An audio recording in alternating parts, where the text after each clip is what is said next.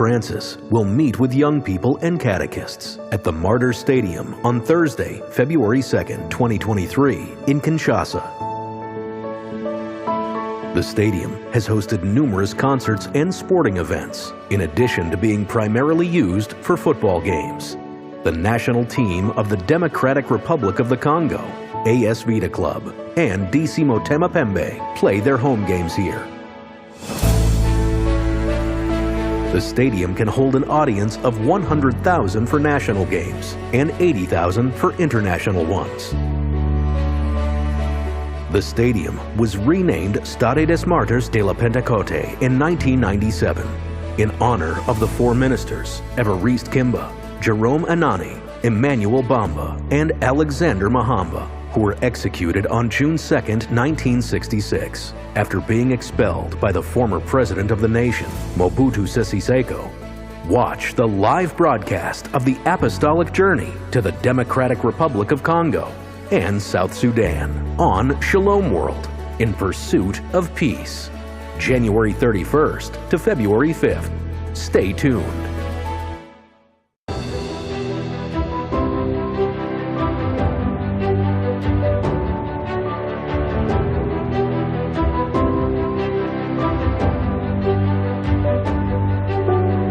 Expressing his friendship, solidarity, and closeness with the Christians in South Sudan. During this visit, the Holy Father will hold an ecumenical prayer on Saturday, February 4th, and celebrate Holy Mass on Sunday, February 5th, at the John Garang Mausoleum, situated in Juba, the nation's capital. The mausoleum is the final resting place of the Sudan People's Liberation Army's first leader, Dr. John Garang de Mabior. Since 2011, the burial site has served as a focal point for celebrations of South Sudan's liberation fight and Independence Day, which are held on July 9th. This mausoleum is a symbol of all that the government of South Sudan is fighting for and will rank among the top tourist attractions in the future, provided that the country's security situation improves and the government starts taking initiatives to improve the grounds. Watch the live broadcast of the Apostolic Journey to the Democratic Republic of Congo and South Sudan on Shalom World, In Pursuit of Peace, January 31st to February 5th. Stay tuned.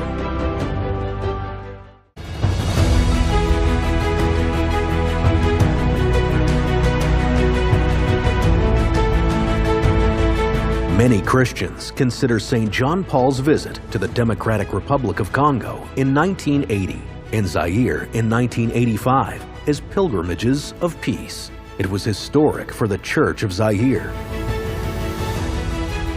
The Central African nation, stained with blood for decades due to wars, rapes, killings, and other abuses of human dignity, was chosen symbolically for the Pope's meeting with the people. In addition to promoting peace, during both his visits, he established himself as a strong defender of human rights and religious freedom. Pope John Paul II called for the creation of a new world economic order and a guarantee of workers' rights. The Holy Father believed in speaking on behalf of those who did not have a voice, in this case, the Africans. The Pontiff urged the disciples to the bearers of the Holy Word, firm in the faith, ardent in charity, and courageously overcoming every difficulty and trial, sharing with their brothers and sisters the inexhaustible gift of God. Watch the live broadcast of the Apostolic Journey to the Democratic Republic of the Congo and South Sudan on Shalom World, In Pursuit of Peace, January 31st to February 5th. Stay tuned.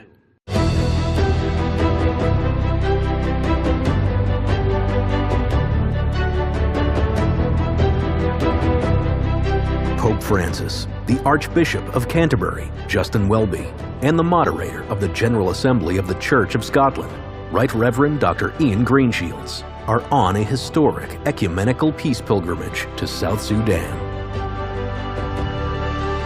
The three spiritual leaders will stand in solidarity with the people of South Sudan as they face the challenges of devastating flooding, widespread famine, and continued violence. The visit is an unprecedented ecumenical partnership between the three spiritual leaders. This shared pilgrimage will reflect the possibilities of peace and the promise of hope.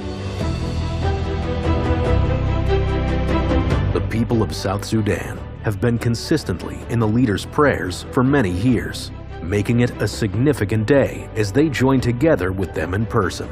During their time in South Sudan, each of the three leaders will also have a number of meetings with the local church and civic groups.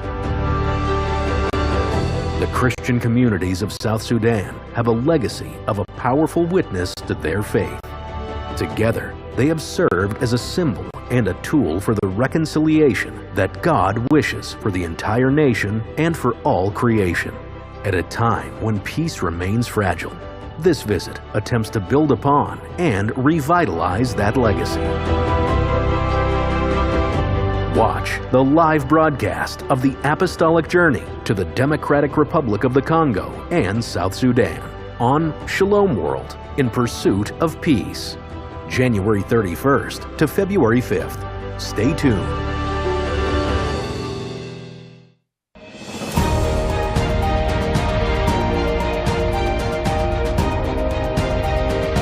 The Apostolic Journey of Pope Francis to South Sudan is the first papal visit to the world's newest country.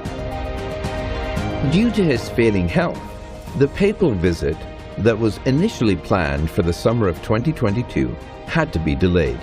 The head of the Roman Catholic Church will pray, meet with internally displaced people, and interact with leaders of South Sudan's philanthropic groups during his visit. Even though South Sudan achieved independence from Sudan in 2011, following years of civil war, the African nation is still ravaged by bloodshed. People continue to suffer as a result of the rising violence across the country. In April 2019, the Holy Father hosted South Sudanese leaders in a 2-day spiritual retreat in the Vatican, urging them to strengthen the African country's faltering peace process. The Holy Father's visit is a follow-up of the same event of 2019 and part of his continuous effort to bring the parties in conflict within the country together for a peaceful reconciliation. Watch the live broadcast of the Apostolic Journey to the Democratic Republic of the Congo and South Sudan on Shalom World in Pursuit of Peace, January 31st to February 5th.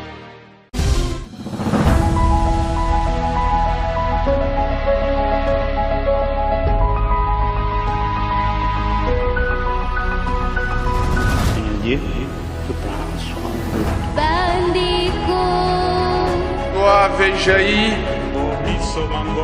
Santo Maria.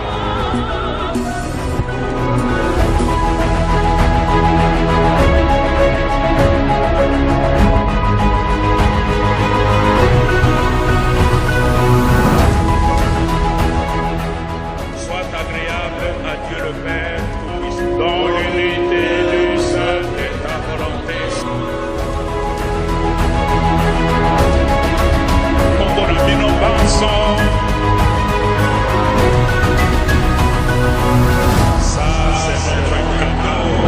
Le Fils et le Saint-Esprit.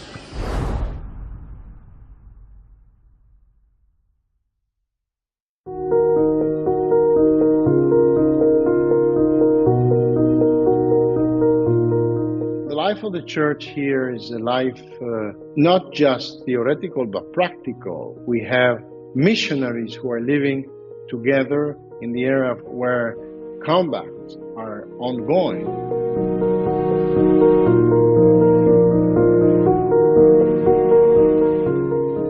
And also the church, I would say, above all, is the source of hope for the population, is the light which shows to the population where God is and which is the road which has to be followed to go to God, and is delivering from, in the name of God, a message which is a message of love and which is a message of truth. And the people need very much love and truth. So I think his visit will give a lot of support and it will be a milestone in this long path that the Church and that the Catholics are following here in this country.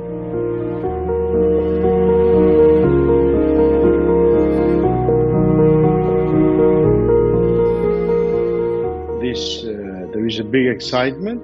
There is also, it's also, I would say, a sign of respect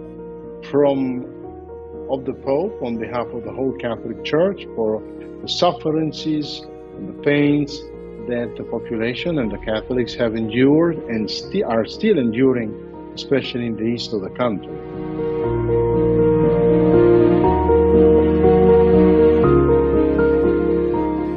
I hope that the apostolic visit of Pope Francis will bring reconciliation. This is one of the major purposes. This is the lemma which gathers, links, binds the visit. Then peace and reconciliation depend from the heart of the people.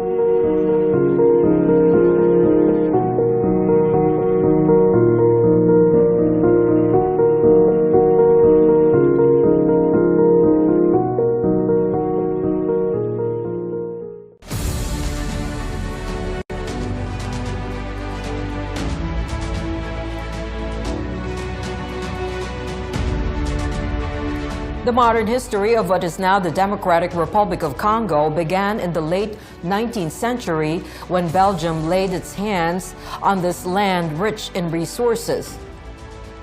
The Republic of the Congo was founded in 1908 as a colony under the Belgian crown, and the days of colonial rule came to an end in 1960, but its early years were marked by political and social unrest. In a coup in November 1965, Colonel Mobutu took control and proclaimed himself president of the nation. Later, he changed both his and the nation's names to Mobutu Sese Seko and Zaire, respectively. Mobutu held onto power for 32 years by the use of harsh force, sham elections, and other means. The Mobutu dictatorship was overthrown by a rebellion led by Laurent Kabila in May 1997. The country was renamed by Kabila as the Democratic Republic of the Congo, but in August 1998, his regime came under attack from an uprising supported by Rwanda and Uganda. After his father, Laurent Kabila, was assassinated in January 2001, Joseph Kabila became the new leader of the country. In October 2002, the new president was successful in negotiating the withdrawal of Rwandan forces occupying eastern Congo. 2 months later, the Pretoria Accord was signed by all remaining warring parties to end the fighting and establish a government of national unity. Over the next few years, the security and human rights situation worsened, especially in its eastern provinces. The Democratic Republic of Congo continues to witness the unfolding of a humanitarian disaster despite the presence of UN troops. The persecution of Christians has grown over the years, with the ADF becoming more audacious in its attacks on Christian communities and churches. Additionally, organized crime and corruption greatly complicate church and community life. According to the United Nations, about 5.6 million were displaced nationwide as of July, with more than 1.6 million in Ituri and more than 1.8 million in only the provinces of North Kivu because of the ongoing insurgency. In June 2022, Belgian King Philippe made his first trip to Congo, where he shared his deepest remorse for the brutal wrongdoings of the colonial era. In August 2022, U.S. Secretary of State Anthony Blinken met with the President Tshisekedi in the capital city of Kinshasa and made a further $10 million funding commitment to encourage peaceful political engagement and fair elections.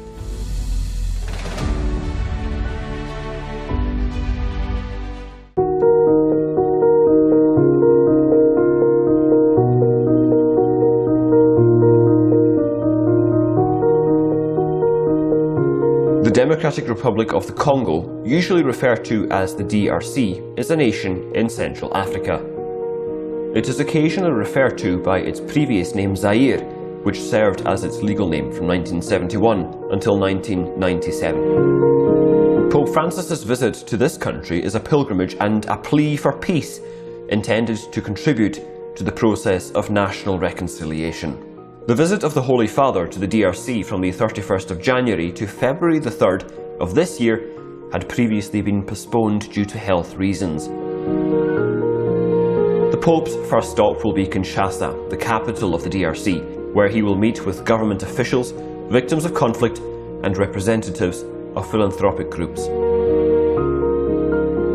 Archbishop Ettore Balestrero, the Apostolic Nuncio to the DRC, stated that Pope Francis's visit to the nation is the first by a pope in 37 years and is a dream come true for many people. Pope Francis has frequently voiced his closeness to the suffering Congolese people who have undergone years of armed violence fueled by armed gangs.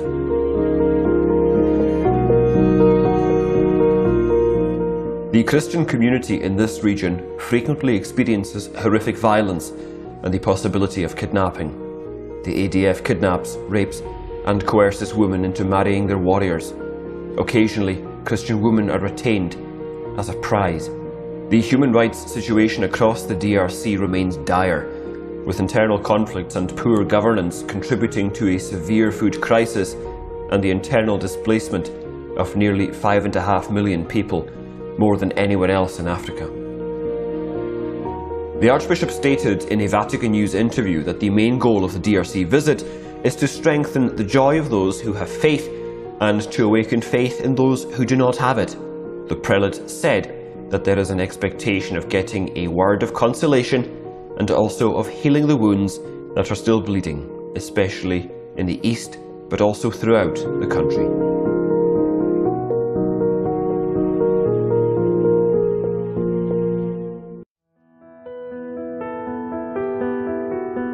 The origin of the Church in the Democratic Republic of the Congo is fascinating indeed.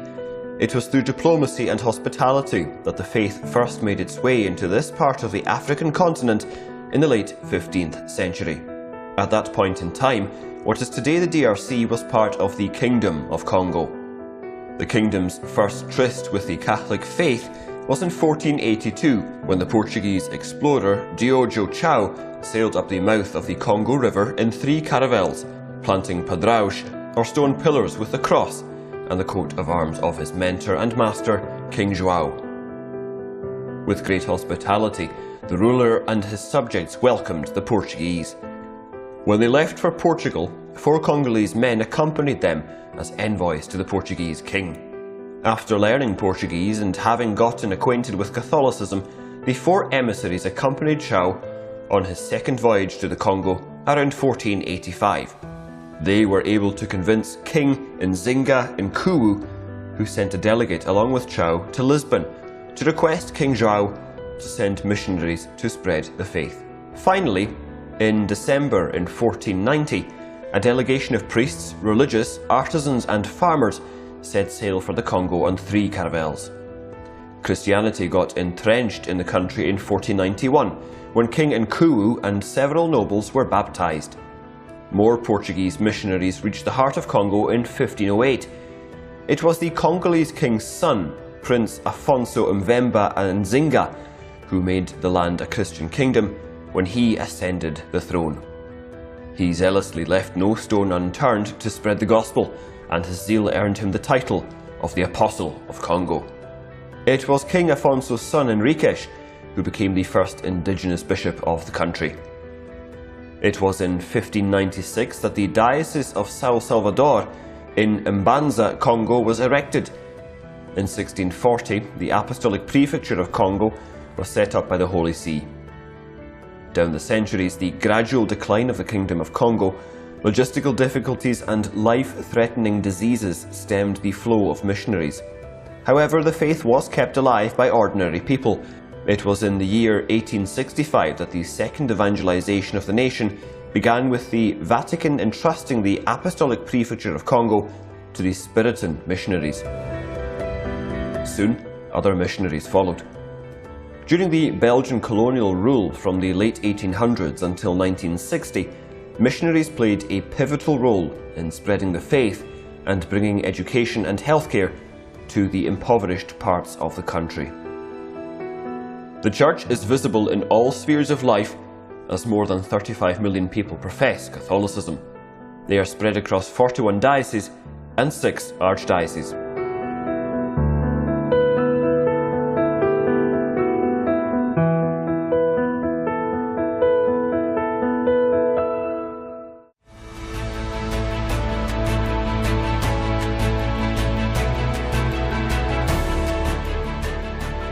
Pope St. John Paul II was the last head of the Catholic Church to visit the Democratic Republic of the Congo. The Polish pontiff's visits to the nation in 1980 and 1985 were a huge success. In 1980, he received a cheerful welcome at Njili from thousands of people who had gathered there to greet him. In one of his speeches, the saint urged the faithful to carry evangelization to sectors and groups where the gospel was still unknown.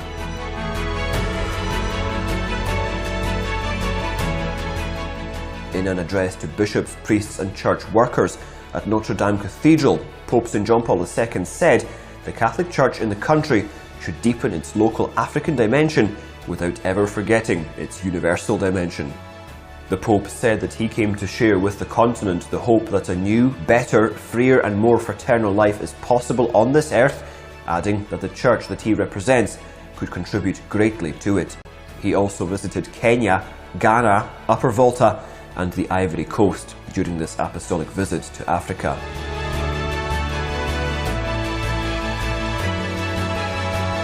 During Pope St. John Paul II's second visit to the DRC in 1985, he beatified Venerable Marie Clémentine Anuarit Nengapeta, a Congolese martyr nun.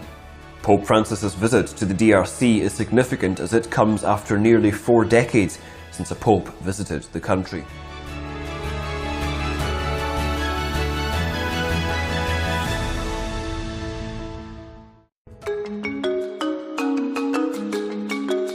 It is quite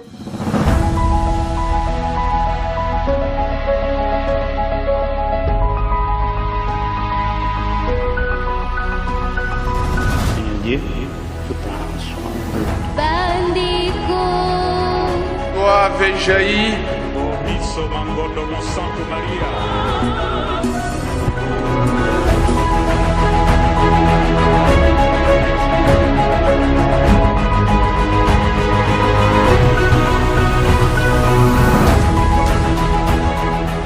Soit agréable à Dieu le Père, dans l'unité du seul et ta volonté.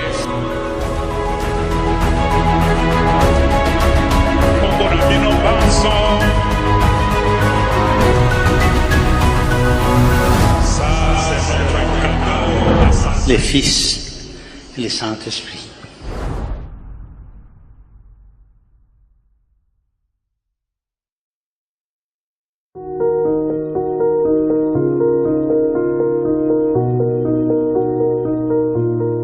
The life of the church here is a life not just theoretical but practical. We have missionaries who are living together in the area where combats are ongoing.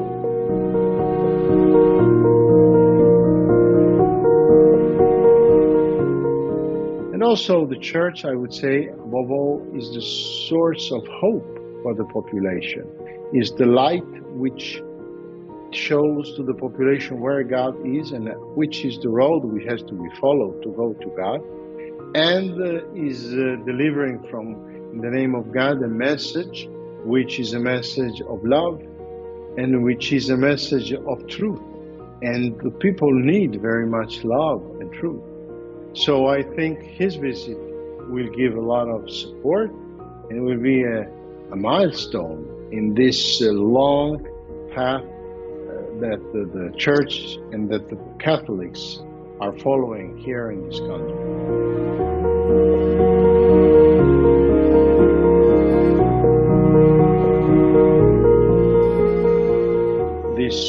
There is a big excitement. There is also, it's also, I would say, a sign of respect of the Pope on behalf of the whole Catholic Church for the sufferances and the pains that the population and the Catholics have endured and are still enduring, especially in the east of the country.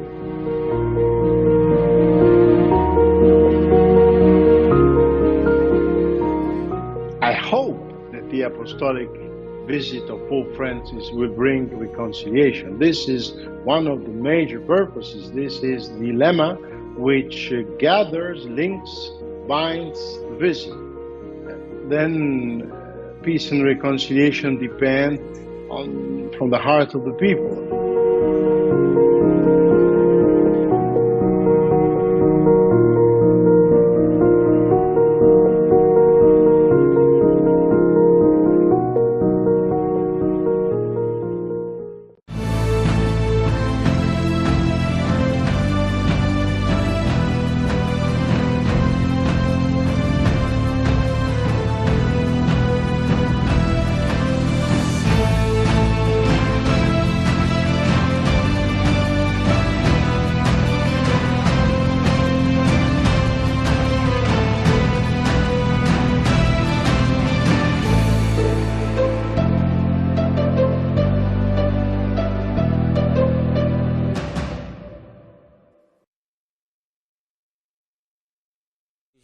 Mom never came home. Even until today, we don't know what they did with her. Holy Father, it's horrible to see such a scene. She never leaves me. At night, I can't sleep.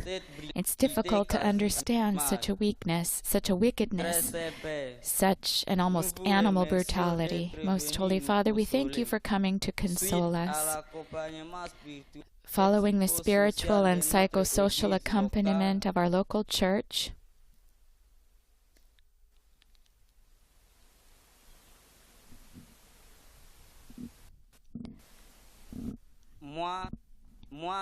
I and the other children who are here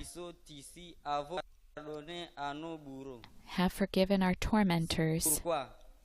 That is why I lay before the cross of Christ the victor, the machete, identical to the one that killed my father.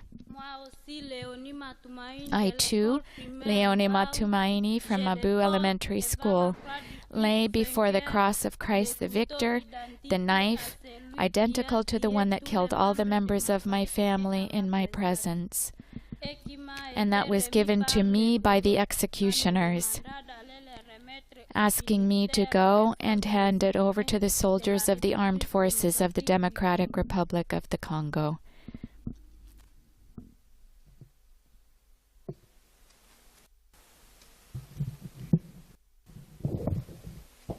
The microphone now being lowered for a little boy. I too, Kambala Kambobo Fiston, 13 years old from Chamboko Elementary School, forgive the executioners who kidnapped me for 9 months. I ask Christ, the victor on the cross, to touch the hearts of the torturers, so that they will free the other children who are still in the bush. Holy Father, please pray that these children will join us in school and in the community. We thank you.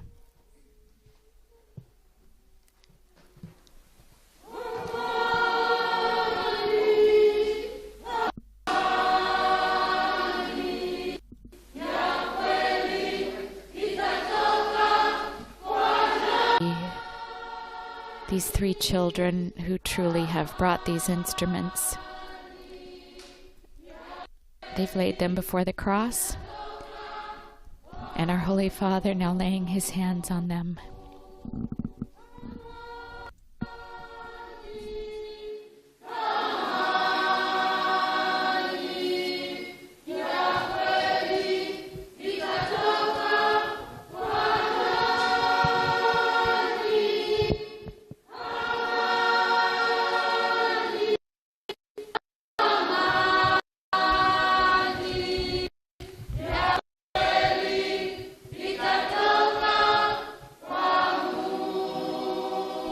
those who are joining only by radio, we now see the machete and the knife that were used to kill these people's loved ones, or a representation of it. This is a message from the delegate from Goma. Your Holiness, my name is Lega Kisa Catherine, and I read the testimony of Bijou Makumbi Kamala, who is here next to me and does not read French well. Oh, I will read the text. I come from Walikale. I am 17 years old. I started the ordeal of suffering in 2020.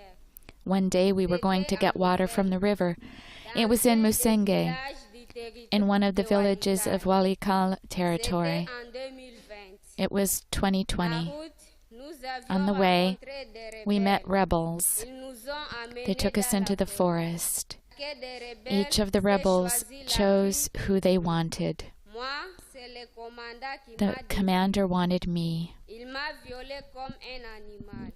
He raped me like an animal. It was an atrocious suffering.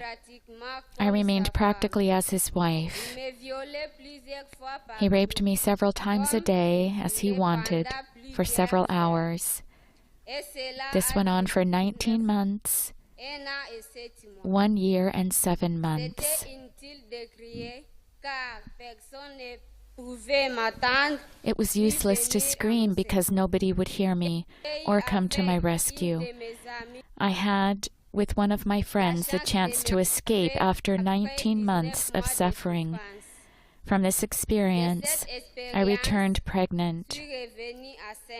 I had twin girls who will never know their father.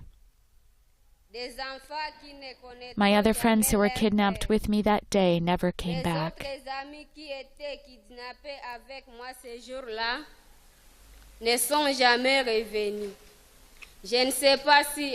I don't know if they died or if they're still alive. Your Holiness, with the presence of dozens of armed groups, the killings have intensified everywhere. Families have been displaced several times. Children have been left without parents. They've been exploited in the mines, or rather in the rebel armies. Girls and women have become the ordeal of sexual violence of all kinds of nameless tortures.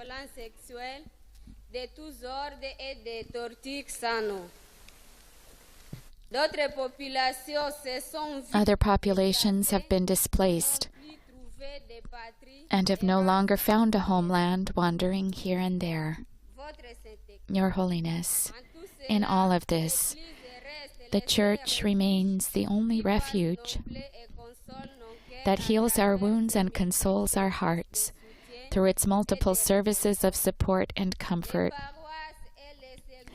The parishes and the services of the diocesan caritas, or Catholic charities, remain our places of recourse and hope. Your presence, Your Holiness, reassures us that the whole Church takes us to heart. Thank you very much for coming. Here is the mat, the symbol of my misery as a raped woman. I place it under the cross of Christ so that Christ may forgive me for the condemnations that I have carried in my heart against these men. May the cross of Christ forgive me and my rapists and lead them to renounce inflicting unnecessary suffering on people. Here is the same spear that pierced the chests of many of our brothers. May God forgive us all and give us respect for human life.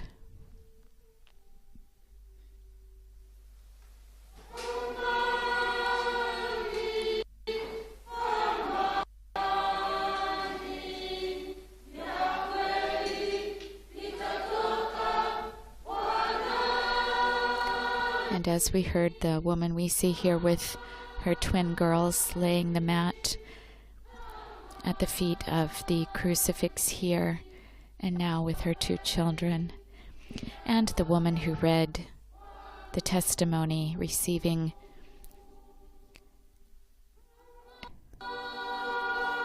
holding hands with the Holy Father in an act of sharing their pain with them, now laying his hands on the children.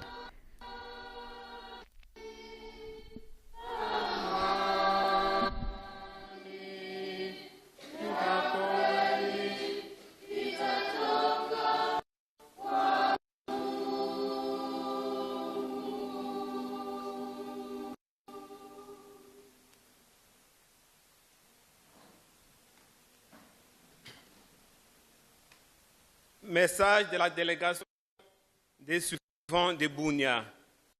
A message from the delegation of Bonia. Je m'appelle Abbé Guy Robert Mandro-Dello. Holy Father, my name is Abbé Guy Robert Mandro de Holo, and I was mutilated. Of the fingers of my hand, I present the testimony that Desiree Detsina had prepared before he disappeared a few months ago without leaving any news.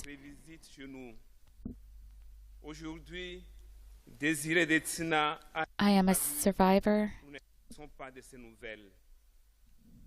Voici, très Saint-Père, ce que Désiré Detsina voulait vous dire. Je suis survivant d'une attaque du camp des déplacés de Boulé. I am a survivor of an attack on the camp for displaced persons in Boulé in the Bahema Bajere chiefdom in the territory of Jugu in the province of Ituri.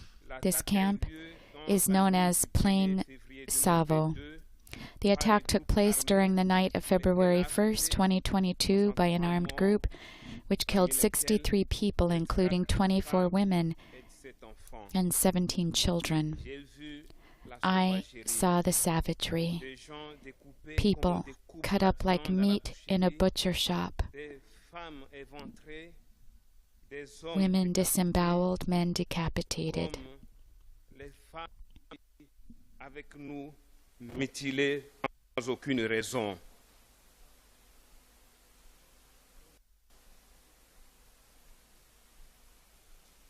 And we now see these survivors, their hands have arms cut off.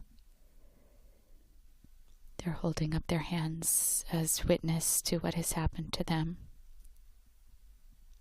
Nous vivons dans des camps de déplacés sans espérance de retourner chez nous. We live in camps for displaced persons with no hope of returning home because the killings, the destruction, the pillaging, the rape, the displacement of populations, the kidnappings, the harassment, in short,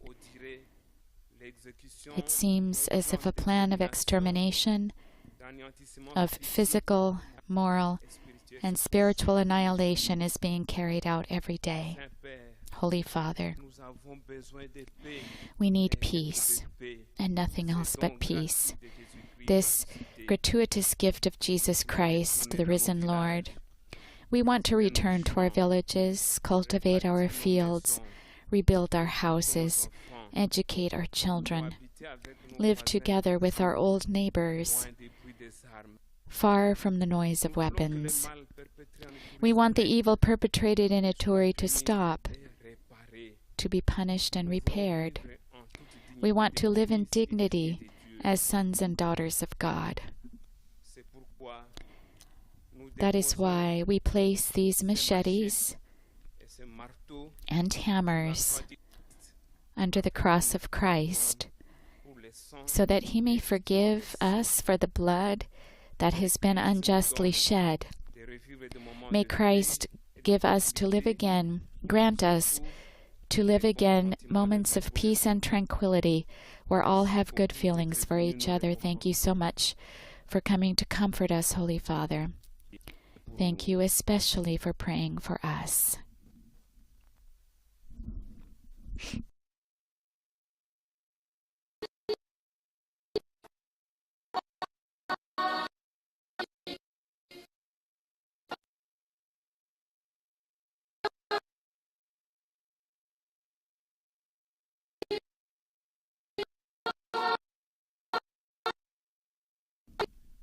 as we heard the testimony that was read, written a few months ago, and the author of that testimony that was read by Abbé, a priest,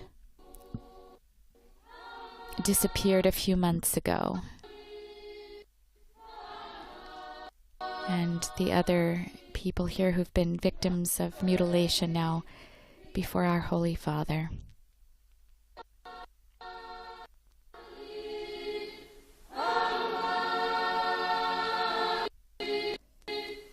As we see these images, there's countless others who will remain invisible, whom they represent, each carrying their own memories of violence, carrying the physical consequences of what human beings are capable of doing to others.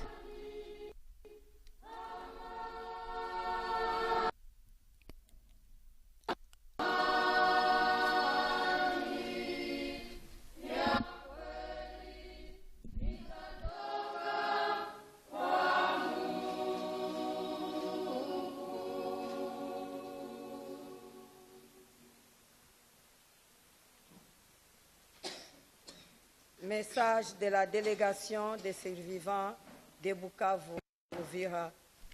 A message from the delegation of victims from Bukavu at Uvira. Most Holy Father, my name is Aimé, and I speak on behalf of Imelda, originally from Bugobe, Groupement Chirunga, parish of Kabar in the Archdiocese of Bukavu, southwest of this large city. Imelda is next to me, but she does not speak French. I will read the French translation of her testimony in Swahili.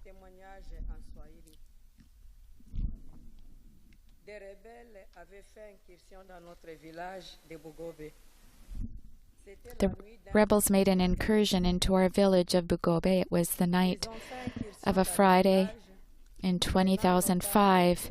They raided the village, taking hostage all those they could, deporting all those they found, making them carry the objects they had looted.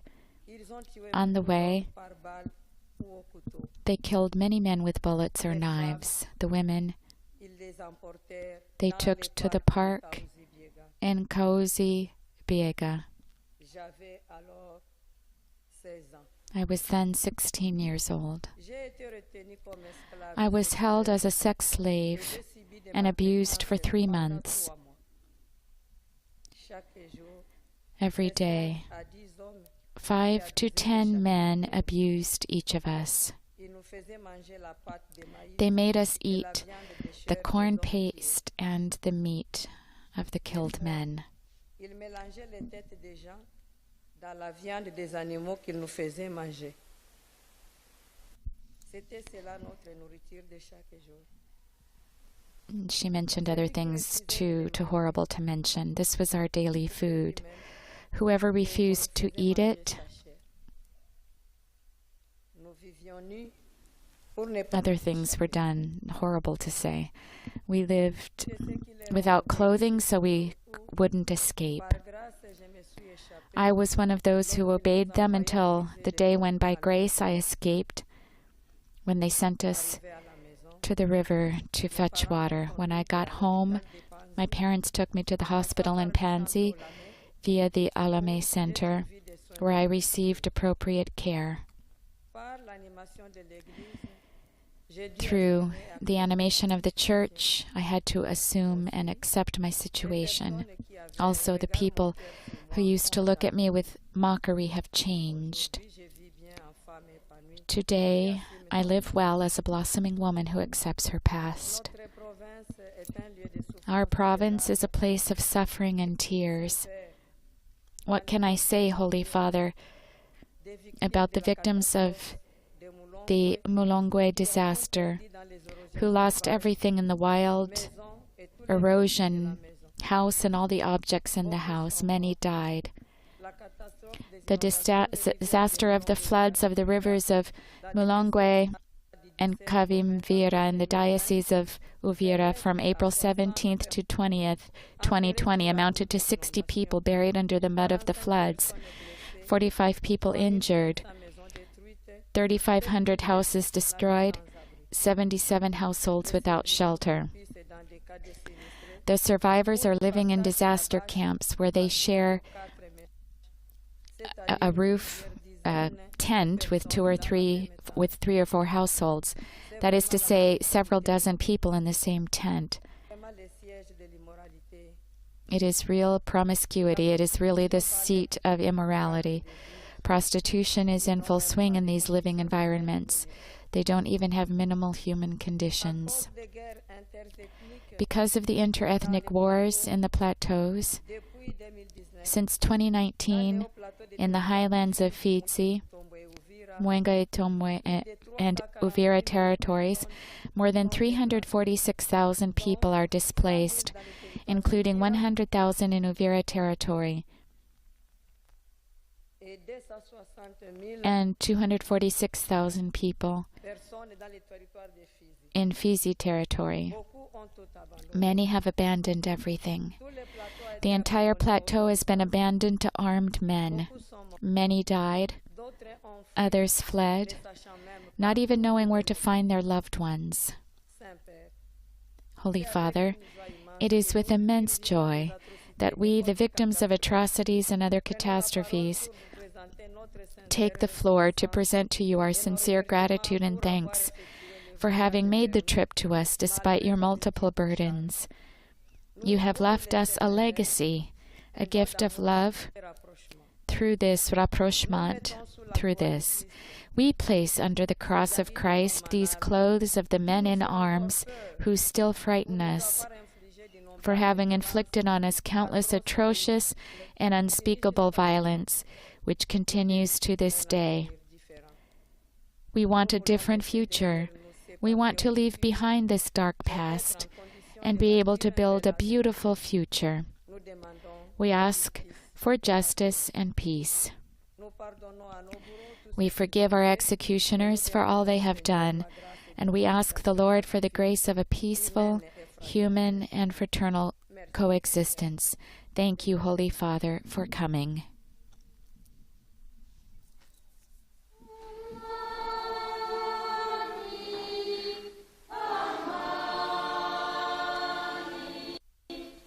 And the woman whose testimony was read, now placing before Jesus here on the cross the clothing representing the people who've committed such atrocities. Some of them I could not even say.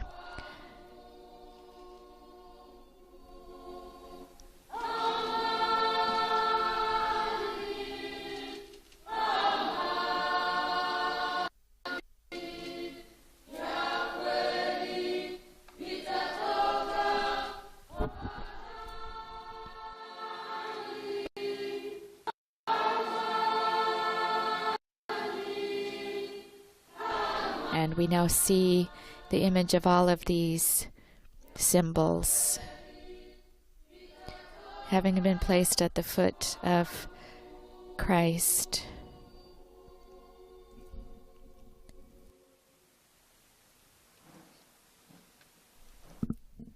And now we come to the moment when our Holy Father will address these, our brothers and sisters.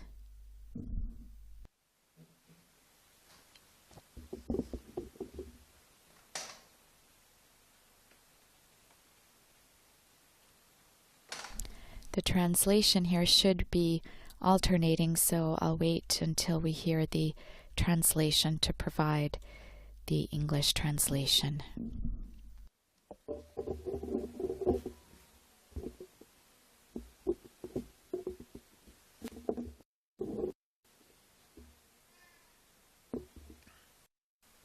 Cari fratelli e sorelle, grazie per il coraggio di queste testimonianze.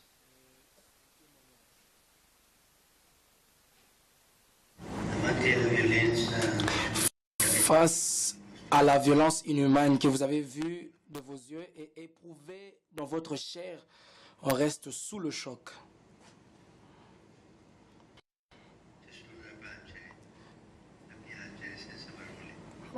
Il faut seulement pleurer en restant en silence. It seems we're getting a feed with the French translation over it. Thank you for the courage of these testimonies. We continue to be shocked to hear of the inhumane violence that you have seen with your eyes and personally experienced. We are left without words. We can only weep in silence. Bunia, Beni, Butembo, Goma, Masisi, Rutshuru, Bukavu, Uvira. These are places that the international media hardly ever mention. In those places and elsewhere, so many of our brothers and sisters, sons and daughters of our one human family, have been held hostage to the whims of the powerful, those with the most potent weapons, weapons that continue to circulate. Today my heart is in the east of this immense country, which will have no peace until peace reigns there in its eastern part. To you, dear inhabitants of the east, I wish to say, I am close to you. Your tears are my tears. Your pain is my pain. To every family that grieves or is displaced by the burning of villages and other war crimes. To the survivors of sexual violence and to every injured child and adult, I say, I am with you. I want to bring you God's caress. He gazes upon you with tenderness and compassion.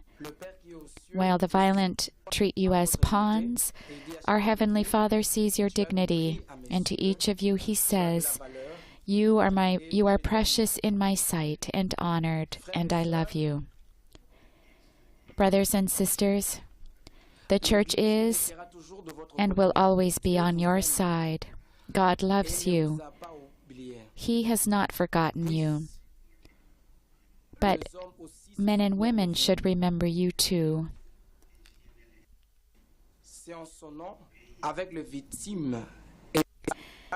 It is in God's name that together with the victims and all those who work for peace, justice, and fraternity, I condemn the armed violence, the massacres, the rapes, the destruction and occupation of villages, and the pillaging of fields and cattle that continue to be perpetrated in the Democratic Republic of the Congo, as well as the murderous, illegal exploitation of the wealth of this country and the attempts to fragment the country in order to control it. It causes indignation to know that the insecurity, violence, and war that tragically affect people, so many people, are disgracefully fueled not only by outside forces but also from within, for the sake of pursuing private interests and advantage.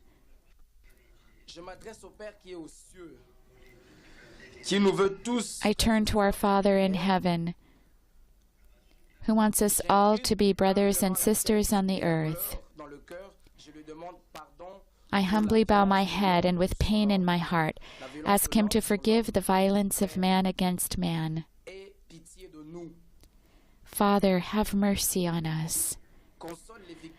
Console the victims and those who suffer. Convert the hearts of those who carry out brutal atrocities, which bring shame upon all humanity. May He open the eyes of those who refuse to see these abominations or who walk away from them. These conflicts force millions of people to leave their homes. They cause very serious violations of human rights, break down the socio-economic fabric of a nation, and inflict wounds that are difficult to heal. There are polarizing struggles in which ethnic, territorial, and group dynamics are interwoven. They are conflicts that have to do with land ownership, with the absence or weakness of institutions, and with animosity and hatred, marked by the blasphemy of violence in the name of a false god. Yet it is, above all, a war unleashed by an insatiable greed for raw materials and money that fuels a weaponized economy and requires instability and corruption. What a scandal and what hypocrisy, as people are being raped and killed, while the commerce that causes this violence and death continues to flourish.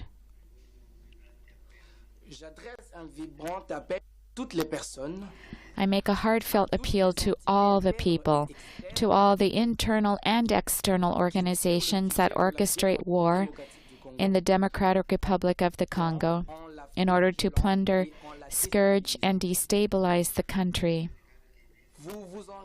You are enriching yourselves through the illegal exploitation of this country's goods and through the brutal sacrifice of innocent victims.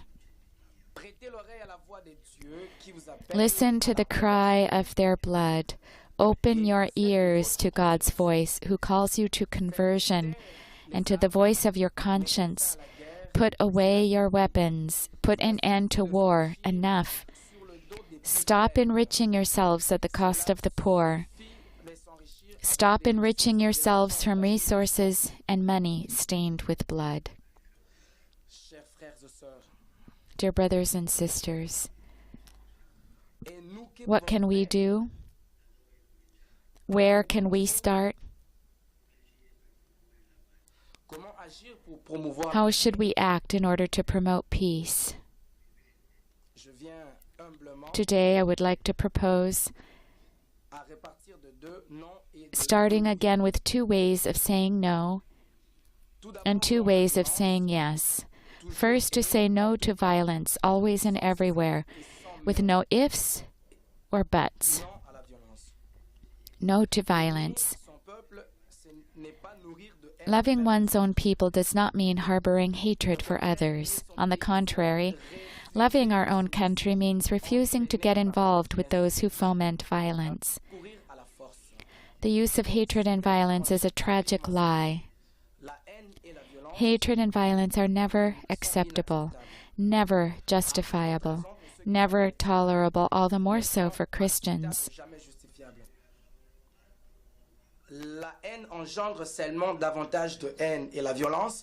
Hate merely breeds further hate, and violence further violence. We must say a clear and strong no to all those who seek to perpetrate these in God's name. Beloved Congolese people, do not let yourselves be seduced by individuals or groups that incite violence in His name. For God is a God of peace, not of war. Preaching hate is a form of blasphemy, and hatred always corrupts human hearts. Indeed, those who live by violence never live well. They think they are saving their lives, yet they become engulfed in a maelstrom of evil that leads them to fight their brothers and sisters with whom they grew up and lived for years, and ends up killing them inside. To say no to violence, however, it is not enough to avoid acts of violence. We also need to eliminate the roots of violence: greed, envy, and above all, resentment. As I bow in respect before the suffering endured by so many, I would like to ask everyone to behave as you, our courageous witnesses, have suggested to us, have done, and have the courage to disarm the heart. In the name of Jesus, who forgave those who pierced His hands and His feet with nails, hanging Him upon a cross, I ask everyone, please disarm your heart. This does not mean we should stop being indignant in the face of evil or denouncing it. No. This is our duty. Nor does it mean granting immunity or condoning atrocities, carrying on as if nothing had happened. What is asked in the name of peace, in the name of the God of peace, is to demilitarize our hearts, to remove all venom, reject hatred, defuse greed, cancel out bitterness. Saying no to all these things may seem like weakness, yet in fact it sets us free, for it gives us peace. Yes, peace is born of hearts set free from resentment. Now we turn to our second no, saying no to resignation. Peace calls us to combat the discouragement, despondency, and distrust that leads us to think that we are better off distrusting others, living apart and far away, rather than offering a helping hand and walking together. Again, in the name of God, I once more invite all those living in the Democratic Republic of the Congo not to give up, but to commit themselves to building a better future. While a future of peace will not rain down from heaven, it can come about if we remove from our hearts all fatalism and resignation, all fear of involvement with others. A different future will come about if it is for all and not just for a few, if it is for and not against others. A new future will come about if we see others, whether Tutsi or Hutu, no longer as adversaries or enemies, but as brothers and sisters. And if we believe that in their hearts, however hidden, they cherish the same desire for peace. Even in the East, peace is possible. Let us believe this. And let us work for it without delegating it to others.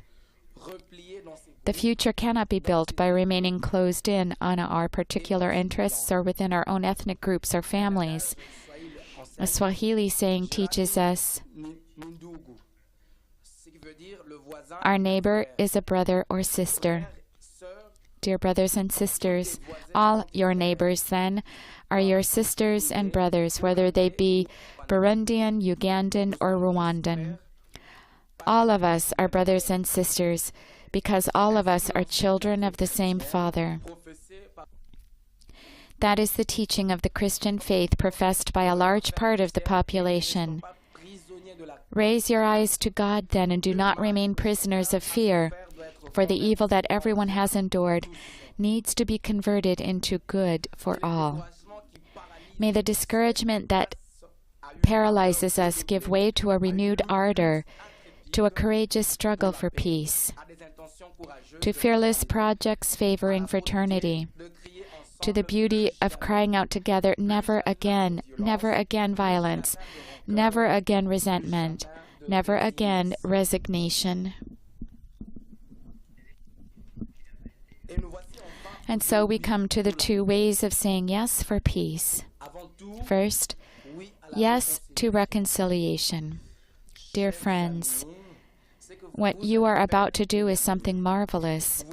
You desire to commit yourselves to forgiving one another and to rejecting war and conflict as a means of resolving differences.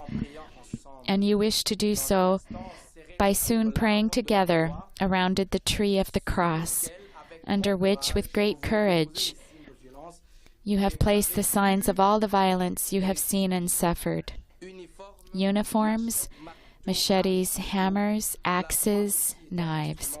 The cross was itself an instrument of torture and death, the most terrible in use at the time of Jesus, yet, transformed by his love, it has become a universal means of reconciliation, a tree of life. To all of you, I would like to say, be trees of life. Be like those trees that absorb pollution and give back oxygen. Or, as a proverb says, In life, do as the palm tree does. It receives stones, it gives back dates. Indeed, Christian prophecy means responding to evil with good, to hatred with love, to division with reconciliation.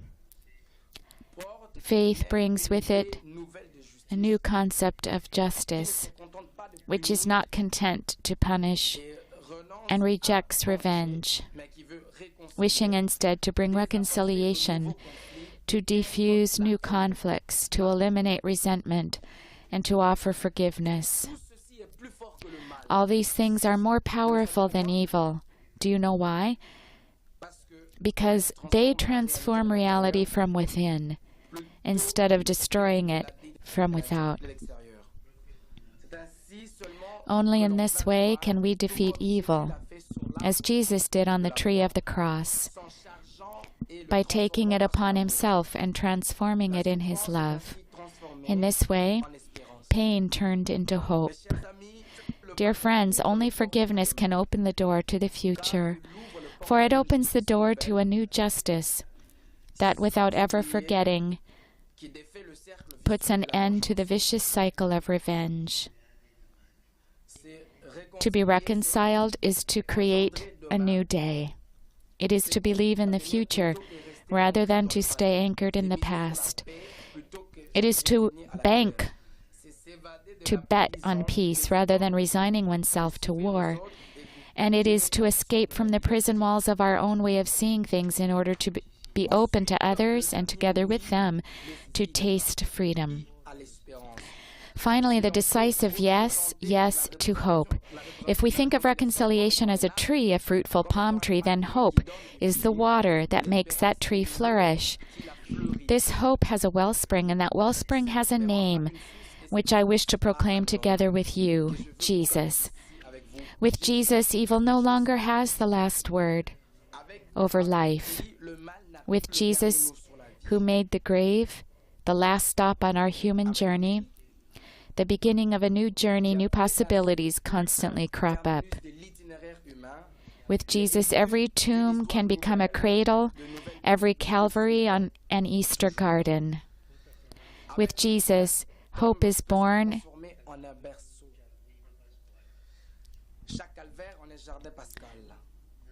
With Jesus, hope is born and constantly reborn for those who have endured evil and even those who have perpetrated it. Brothers and sisters from the east of the country, this hope is meant for you, and you have a right to it. Yet it is also a right to be earned. How? By patiently sowing peace day after day. Let me return to the image of the palm tree.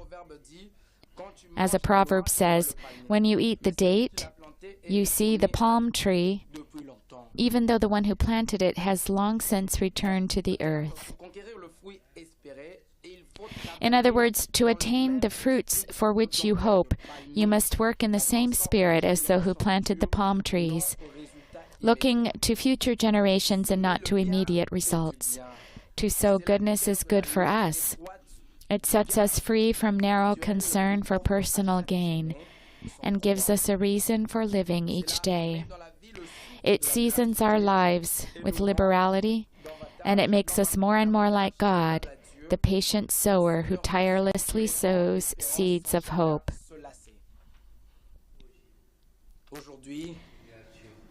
Today, I think of and I bless all the sowers of peace who work in this country. The individuals and institutions that are generous in providing aid and in responding to the victims of violence, exploitation, and natural resources. The men and women who come here motivated by a desire to advance people's dignity. Some have lost their lives in the service of peace, like Ambassador Luca Atanasio, his military escort Vittorio Iacovacci, and his driver Mustafa Milambo, who were killed together with him 2 years ago in the east of this country. They were sowers of hope, and their sacrifice will not be lost. Brothers and sisters, sons and daughters of Ituri and of the North and South Kivu, I am close to you. I embrace you, and I bless all of you. I bless every child, adult, elderly person, all those wounded by the violence in the Democratic Republic of the Congo, and in particular, every woman and mother. And I pray that women, every woman, may be respected, protected, and esteemed. Violence against women and mothers is violence against God Himself, who from a woman, from a mother, took on our human condition. May Jesus, our brother, the God of reconciliation, who planted the tree of life of the cross in the heart of the darkness of sin and suffering, may the God of hope, who believes in you and your country and in your future, bless you and comfort you. May He pour out His peace into your hearts, upon your families, and upon the entire Democratic Republic of the Congo. Thank you.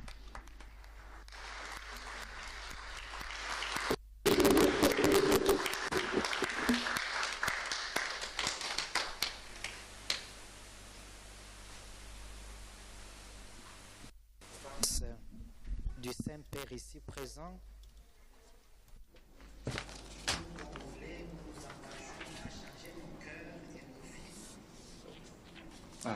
Le pays puisse changer.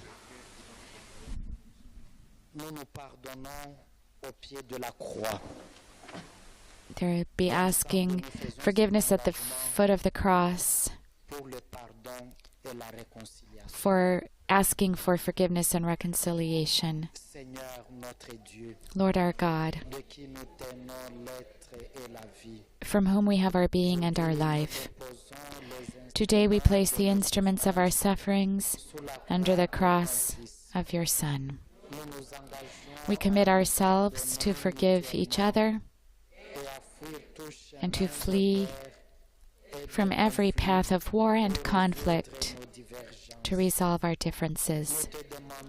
We ask you, Father, by your grace, to make our country, the Democratic Republic of the Congo, a place of peace and joy, of love and peace, where everyone might love each other and live together in brotherhood. May your Spirit always accompany us, and may the Holy Father here present pray for us.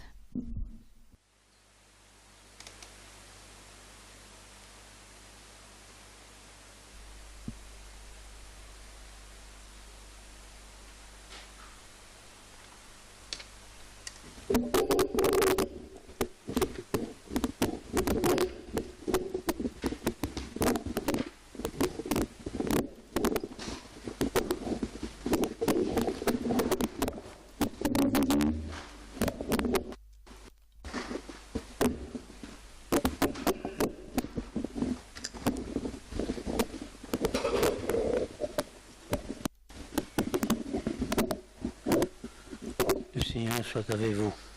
Et avec votre esprit. Que Dieu Tout-Puissant vous bénisse, les Pères, les Fils et les Saint-Esprit.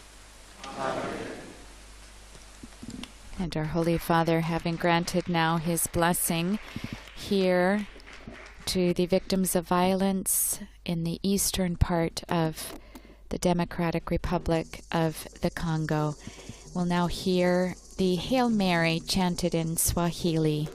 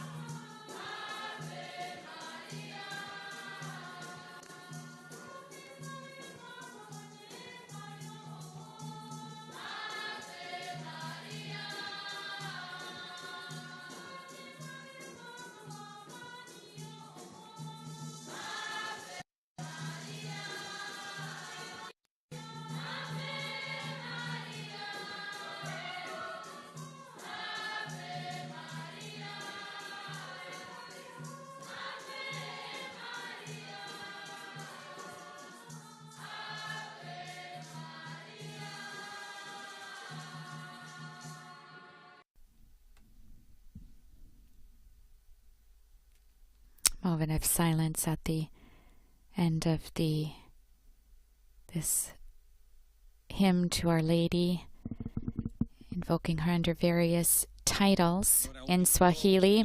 And we now bring this live broadcast of the Pope's meeting with the victims of violence in the eastern part of the Democratic Republic of the Congo, taking place in the Apostolic Nunciature in Kinshasa. We'll be back with you in about an hour. It'll be 6:30 p.m. local time when our Holy Father will meet here also in the Nunciature with people, representatives of charitable organizations. I invite you to visit the Vatican News web portal, Facebook, Instagram, YouTube, and Twitter accounts, where you will find complete coverage of the Pope's apostolic journey, as well as other Vatican and world news. On behalf of Vatican Media, thanks to our audio technician, Patrizio Ciprari, and our coordinator, Alessandro De Carolis, and our media partners, Catholic TV at Medarshan TV, Catholic Faith Network, Shalom World Television Networks USA, EWTN, Sultan Light Media, Shalom TV India, and Sunday Shalom, and Luminous Radio for bringing this broadcast to you. Please come back shortly. Laudetur Jesus Christus. Praised be Jesus Christ.